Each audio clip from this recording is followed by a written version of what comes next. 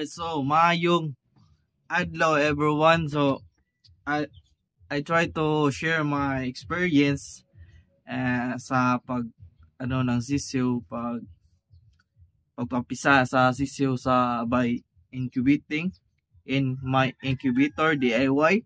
Alright, so ato na observe no is kung mag-incubate ka dili hindi pala dapat mong tuklapin yung egg, hindi mo dapat tuklapin ng bigla-bigla kung hindi pa nasa tamang pag-hatch yung itlog, kasi namamatay pala yung sisiw katulad nitong video ko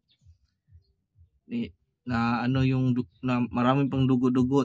Dapat pala is anuhin mo muna, i-observe, tapos para matuyo yung dugo, yung laman ng sisiw. Tapos pag may nag-crack is magka-crack kasi yan yung egg, tapos tulungan mong tuklapin, tapos anuhin mo lang yung nila na mouth nila ng manok.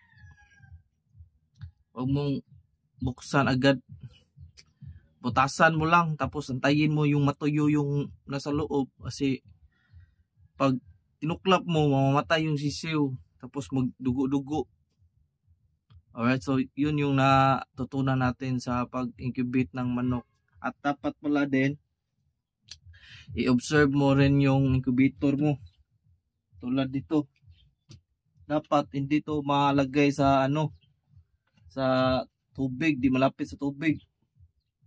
Dapat sa itlog, malapit sa itlog, kasi pag yan malapit sa itlog yung ng temperature, yung init ng itlog is nakakount ng maayos sa temperature natin.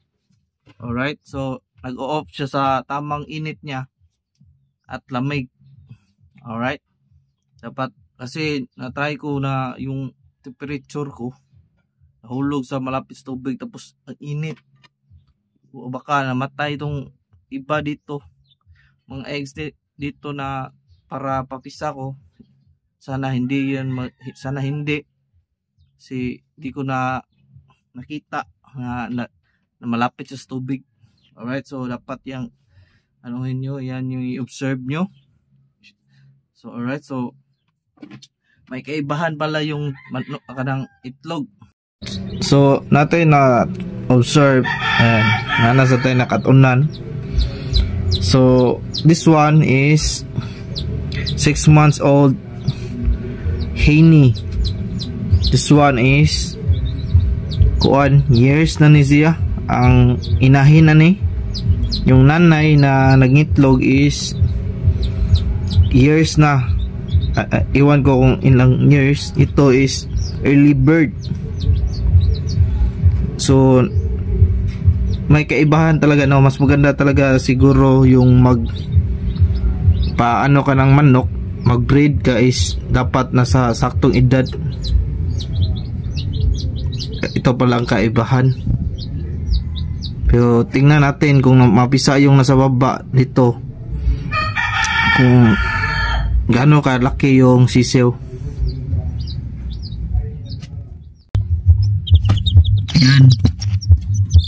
Yan yung early bird. Tapos may reject din ako dito, no? Reject, hindi nakakatayo. Nag-split, hindi nakakatayo, no? Split yung paa. Iwan ko, sana mabuhay to. Out lang natin, gawin natin karne.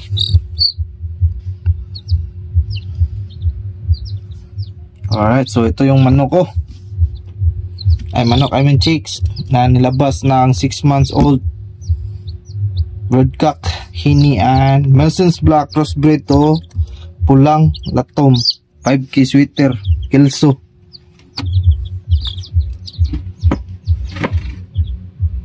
Tapos nilagyan ko ng tubig para yung init niya may evaporate sa tubig, hindi masyadong mainit. Tapos may fan para yung hangin at init nag-circulate sa loob ng incubator. So yan yung natutunan natin sa pag ano ng manok, itlog ng manok for incubating. Alright. God bless all.